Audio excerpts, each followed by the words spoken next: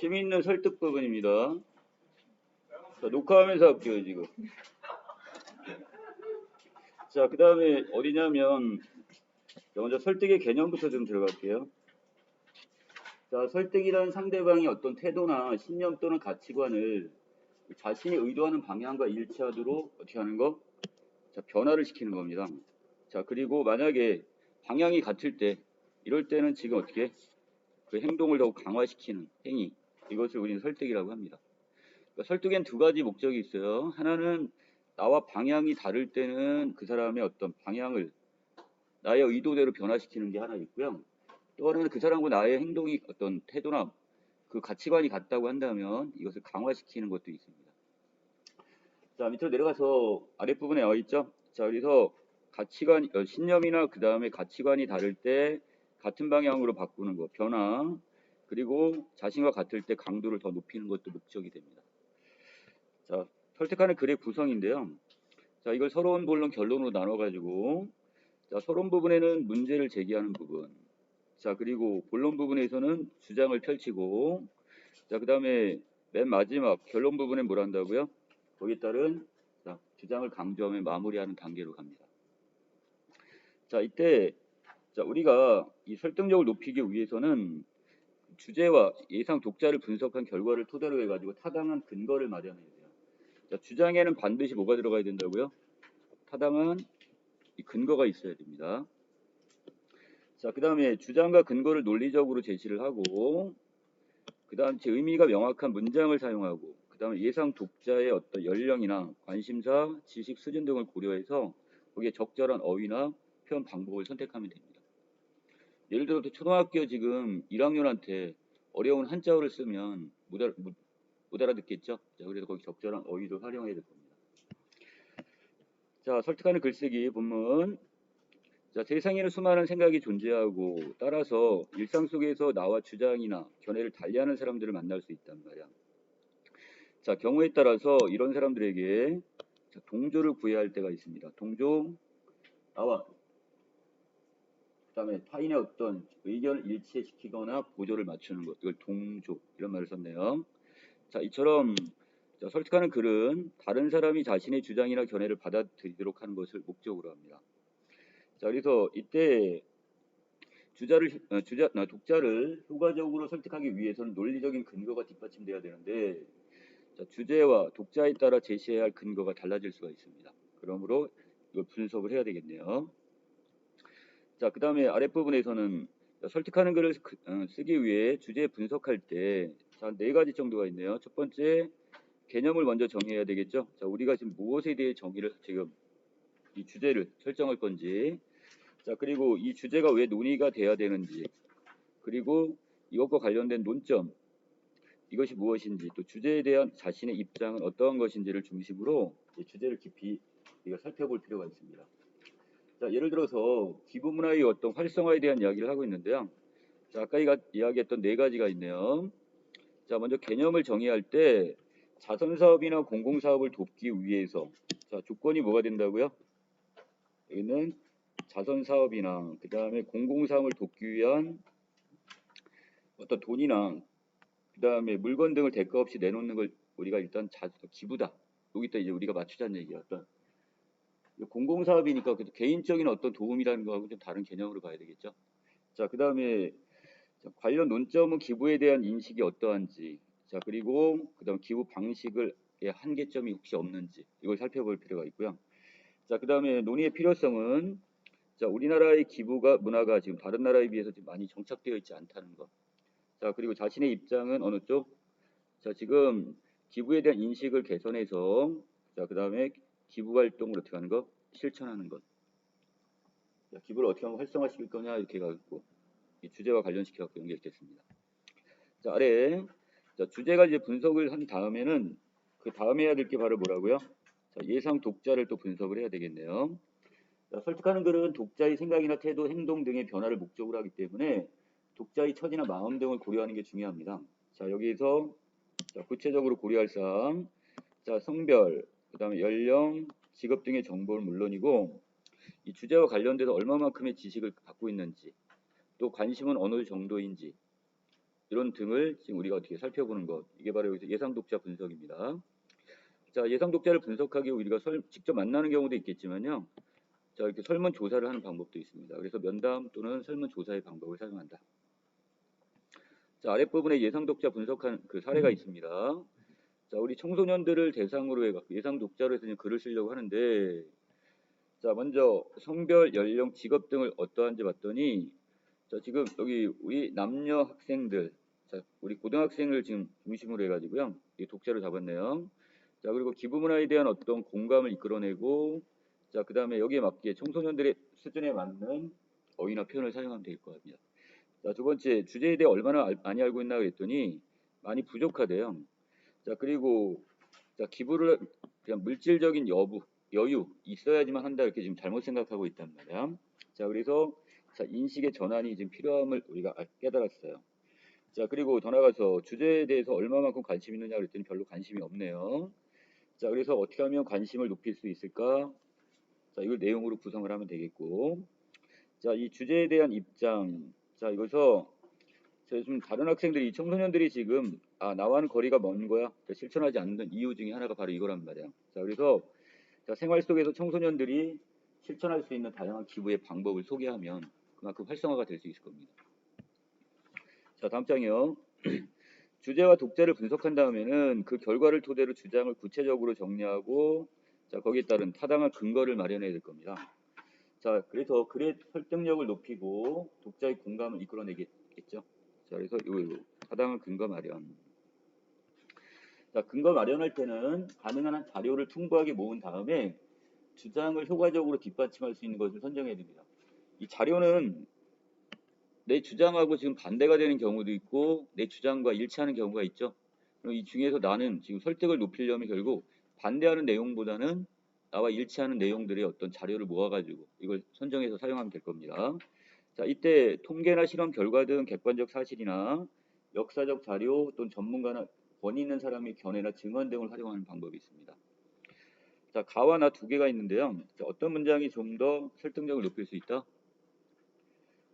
자, 주장하는 내용은 똑같죠?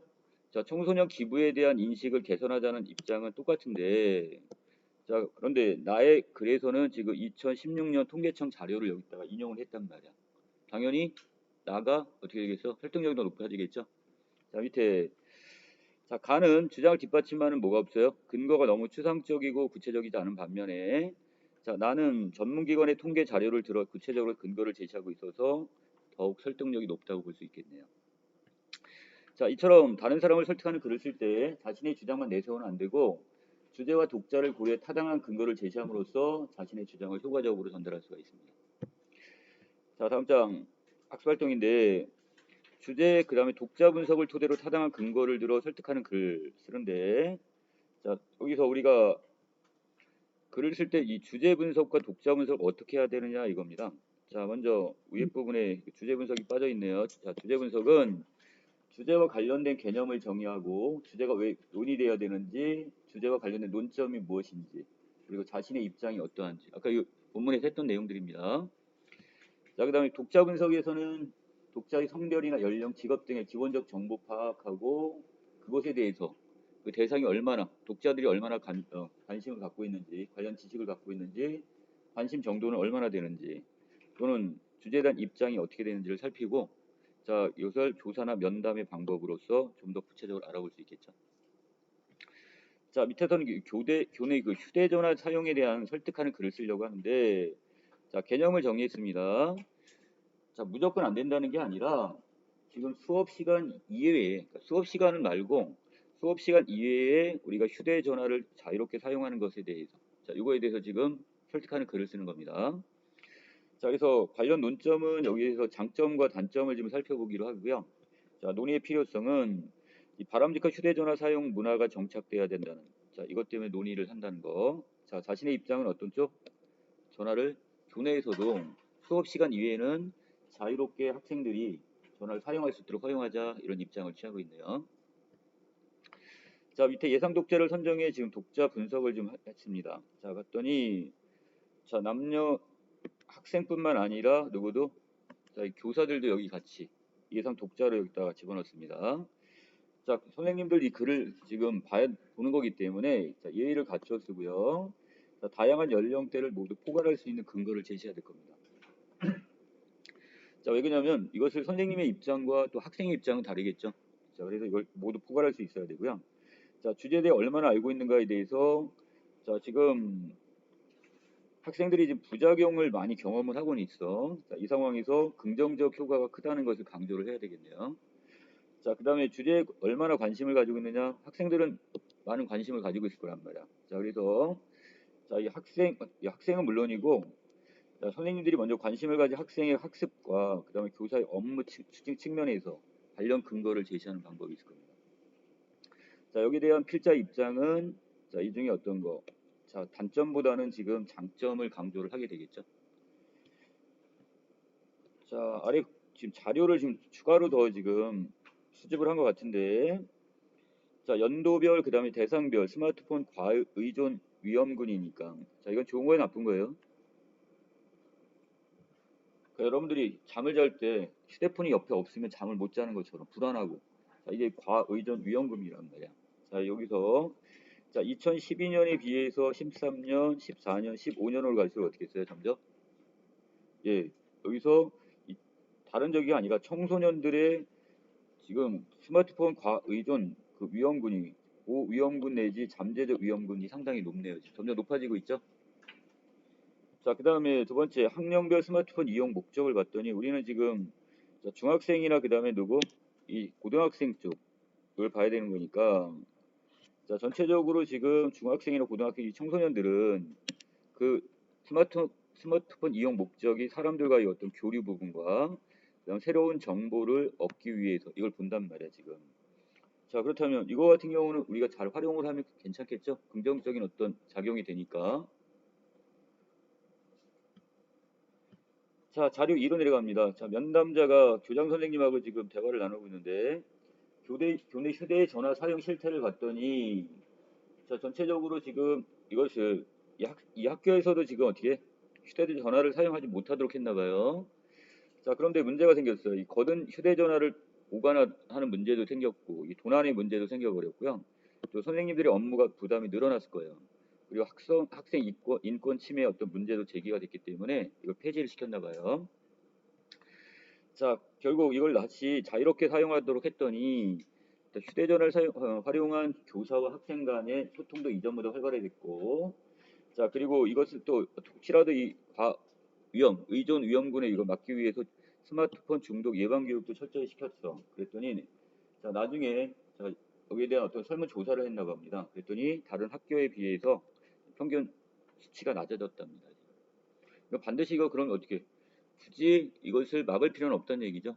이것도 어떤 학교 선생님과의 어떤 소통 문제나 이런 거 같은 경우는 지금 필요한 거니까 긍정적인 효과도 많네요. 자, 다음 장 자료 3을 봤더니 자, 국가인권위원회 인권위에서 교내에서 학생들의 휴대전화 사용을 금지하는 것에 대해 개인의 자유를 자, 침해하는 행위다. 자, 이렇게 지금 밝혔습니다. 자, 그래서 이것을 이제 그 학부모님들이 진정서를 지금 냈나 봐요. 자, 결론적으로 어떻게 자, 이렇게 청소년이 게임을 몰입하는 등 부작용도 있긴 하지만 휴대전화는 단순한 통신 수단을 넘어서 고립감을 해소하고 다른 사람과 접촉하는 의사소통 수단으로서 자, 이렇게 긍정적인 측면도 있다는 점 이걸 지적했네요. 자, 신문 보도입니다. 자, 자료 사로 가시면 자, 디지털 사용자 위험 받는 건강이니까 자, 이것은 긍정 부정 자, 위협을 받고 있는 거니까 부정적인 거겠죠. 자, 그래서 여기 정신건강의학과 교수의 인터뷰 내용에 보면 자, 이 디지털 치매라는 용어가 생길 정도로 자, 지금 스마트폰이 중독되면 판단력이나 기억력이 많이 손상이 되는 문제점이 생길 수가 있네요. 자, 정형외과 전문의도 마찬가지입니다. 자, 여러 가지 이 동작이 계속 반복되다 보면 목에서 어깨로 내려오는 심하게 이것이 결리기도 하고 딱딱한 증상. 자, 이걸 우린 뭐라고 한대요? 자, 근막 통증 증후군이라고 합니다. 자, 이런 부정적인 면도 있고 이거 이외에도 여러 가지 어떤 붓는 현상 등이 지금 나타날 수가 있다는 거. 자, 안과 교수도 마찬가지죠. 자, 이것을 계속 깜빡거리고 자, 이런 어떤 전체적으로 지금 안구 건조증 같은 이런 문제점도 좀 생길 수 있다고 지금 이 청소년의 어떤 건강 문제에 지금 많이 초점 맞추고 부작용이 많네요. 이 부분. 자, 아랫부분에서 이제 주장하는 글은, 자, 여기서 필자의 입장은 당연히 뭐 한다고 그랬어 아까? 자, 허용적으로 지금 잡았죠. 자, 그 근거로서 자, 어떤 걸 사용했어요? 자, 이 스마트폰을 사람들과 교류할 수 있어서 사용한다 이런 학생 수가 많았단 말이야. 자, 더 나아가 두 번째는 지금 이거를 이 동그라미 고등학교 학교에서는 이걸 자유롭게 풀어줬는데도 불구하고 선생님과 소통도 늘어났고, 그 다음에 주변 학교의 어떤 평균보다 전체적으로 중독 학생 수가 줄어들었습니다. 자, 그 다음에 근거 3에서는 지금 국가인권위원회, 자, 이거 지금 내용을 통해서 개인의 어떤 자유 침해와 다른 사람과 접촉하는 의사소통 수단으로서 자, 긍정적 측면이 있다는 점을 강조했네요. 자, 이거 말고도 근거 4로 쓸 수 있는 게 바로 뭐? 여기서 교내 그 설문조사 실시 결과 학생들의 90%가 수업 시간을 제외한 나머지 시간. 자, 이 시간은 교내에서 휴대전화 사용이 필요하다고 응답을 했다는 이런 설문지 조사 같은 걸 집어넣으면 지금 어떻게 자신이 주장하는 내용에 대한 근거가 될 수가 있겠죠. 자, 밑에 글의 개요 작성한 내용입니다. 자, 서론 부분에서는 어떤 문제를 제기하거나 이 부분인데, 자, 교내 휴대전화 사용에 대한 학생들의 요구가 높습니다. 자, 그래서 이 교내 설문조사 결과를 여기다 집어넣네요. 자, 그리고 본론 부분에서는 지금 학생들이 지금 교내에서 휴대전화 사용 금지로 인해서 많은 불편을 지금 겪고 있나 봐요. 자, 그래서 자, 이 학습에도 지금 여러 가지 학습 불편도 느낄 수 있고, 자, 여기 지인들, 주변 사람들과 소통도 좀 어렵다는 얘기를 했습니다. 자, 그리고 선생님들 같은 경우는 이 휴대전화 같은 경우 이용을 금지시키다 보니까 이거 걷어야 되겠고, 업무가 지금 부담이 가중되겠고, 자, 그 다음에 거기 따른 이제 두 가지 어떤 여러 분실 파손의 문제도 발생할 수 있다는 거. 자, 그 다음에 휴대전화 중독은 철저한 교육을 가지고 충분히 방지할 수 있다. 그래서 동그라미 학교, 자, 바로 요 사례를 지금 여기다 제시를 했네요. 자, 결론적으로 결국 어떻게 바람직한 휴대전화 사용 문화를 정착하기 위해 교내 휴대전화 사용을 허용하자. 자, 그렇게 다시 한번 주제를 요약 강조를 하고 있습니다. 자, 여기까지 내용 이렇게 정리하고 나머지는 전체 내용에 대한 글쓰기 부분입니다. 자, 이 내용 좀 보시면 될 것 같아요. 자, 여기까지 정리 마치겠습니다.